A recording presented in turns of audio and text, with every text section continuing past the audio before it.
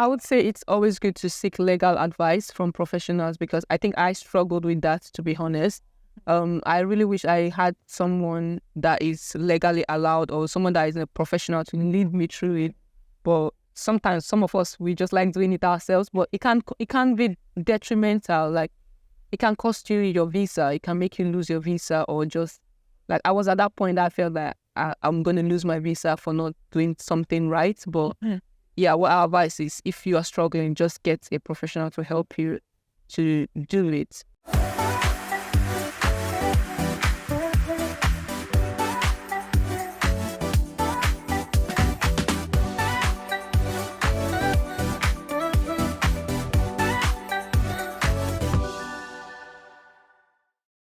Hi, everyone, and welcome to the 20th episode of Making Australian Migration Easy. I'm Rhea, your host, and this is a call out for all registered nurses who are aspiring to migrate to Australia. I've told you that I wanted to go and talk to some other people who have that lived experience so you know what is coming forward for you. And I'm absolutely delighted to introduce my guest, Deo. She had just recently landed in Australia and can tell you more about her experiences.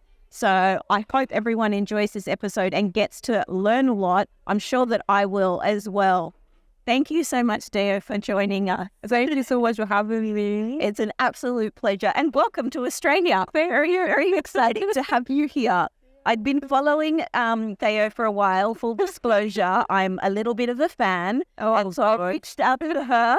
And I'm very grateful that she's come to the migration conference. So she didn't realize, I think, that there are so many nerdy professionals like myself trying to help nurses to come here with proper assistance. Yeah. So I'd love to dive in today and find out a little bit about your own journey to coming to Australia with permanent residency. So I guess, first of all, we know you're a nurse, registered nurse here in Australia. So what qualifications did you do in nursing?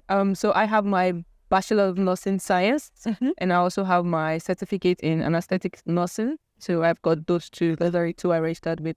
Amazing. And where did you do those qualifications? So I did my BSc in the Philippines. I did diploma in Nigeria as well. And then my anesthetic course I did in the UK. Fantastic. Yeah. Bit of variety with all of that. You've been traveling while you've been studying. Good to hear. And then I guess you would have worked in different places. So what kind of work experience and where have you done that? So I actually have like 1 year experience in aged care. I did aged care nursing for 1 year, and I did medical nursing for 2 years. That's in cardiology. So I'm a cardiac nurse as well. And then I did like roughly 1 year in anesthetics. So I've got like 3 different specialties. So those are the ones I came in with. Oh my gosh, we are so blessed to have you here. in such high demand here. Yeah. So I guess in terms of your journey, I know being a migration professional, there's lots of steps, but I'd love for you to talk through some of your experiences. So what was the steps that you took to become a registered nurse in Australia? Okay, so the first thing I had to do was to make sure I had my license in Australia. And that was the first thing I had to do because as a registered nurse, you need to be under a particular body. So in Australia, it's called the AFRA. So you need to get your license verified by AFRA. So I am trained internationally. So they need to make sure that my registration, it's in the same power or the same, how do I put it? It's the same qualification with Australian nursing as well. So I had to get them to assess my document. So I did have to go through the New Zealand route because it's quite easier and it's cheaper for people as well. It's faster as well than going straight to Australia. So what I did was to send all my documents to CGFNS. So they have all the list of documents they need. They need like your license body to verify that you're a nurse back in your country. They also need your diploma to be verified that, or your BSc to be verified that you have a degree in nursing. You also have to provide your identity documents, your English language test. So for me, because I was practicing in the UK as a registered nurse, and prior coming to UK, I had to prove that I speak English by writing one of the tests. So because I've practiced in the UK for more than a year, I was exempted from providing the English test for CGFNS. Yeah. Okay. But otherwise, you need to get a 777 and 6.5 in the subtest. So 7 in you need to get listening 7, you need to get reading 7, you need to get speaking 7, and 6.5 in writing for CGFNS in New Zealand. So when you provide that, you pay your registration fee, and then they do some police check as well, fitness to practice and all that test, and then good character as well. And after that, you get your go ahead to register with New Zealand Council of Nursing. And after that, when you get your license, you can practice in New Zealand if you want, or now we are very specific to Australia, you can now transfer your registration to AFRA. So because New Zealand and Australia have a mutual agreement, like the Friends, Tesla, mutual recognition. they have that agreement together. If you are registered in Australia, you can just transfer your license to New Zealand or vice versa. So that's what I did. So after getting my registration in New Zealand, I just transferred to Australia. So that was how I got my license. Look, I know I speak to a lot of clients and they're like, this is counterintuitive. I'm trying to get to Australia. Why am I registering via another country? So I guess for me as a lawyer, it's just advising people. It's like, we know what your goal is, so let's just navigate the legalities to get you here. So at the moment, that's what it is in. And if people want to check out the episode that I did where I interviewed the director from the Australian Nursing and Midwifery Accreditation Council, we did touch on the fact that Australia hopefully will be bringing in line its processes in the future, but we don't have a date for when that might happen. So for now, that is a very good strategy to I think they are trying to put it on 4th of December. Fingers crossed. Yeah, because that's what's on their website now. Yeah. 4th of December. Hey, I'll have to check it. You obviously more up to date with it. Yeah, that's brilliant. And so obviously that's quite a process just to actually get your registration here in Australia. How did you then get your qualifications recognised? I know we talked about, I mentioned the skills assessment. So for you, what then happened after that? For me, I had for the visa process, you have to get for permanent residency, you need ANMARC to verify your documents that you have the necessary skills to meet the shortage list. So registered nurses are part of the shortage list. So ANMARC is going to assess your years of experience, your qualifications to see that it meets what they need. So you just have to apply online and send all your documents to ANMARC, and then they will do the assessment for you. So ANMARC is very specific. You need to have a minimum of 3 years working experience as a registered nurse before you can get a positive skills assessment. And that can be gotten from variety of specialty, because I know some people always ask, do you have to have 3 years in one particular field, because they have different ANZO codes, but they don't really care. What they care about is a total of minimum of 3 years after graduation.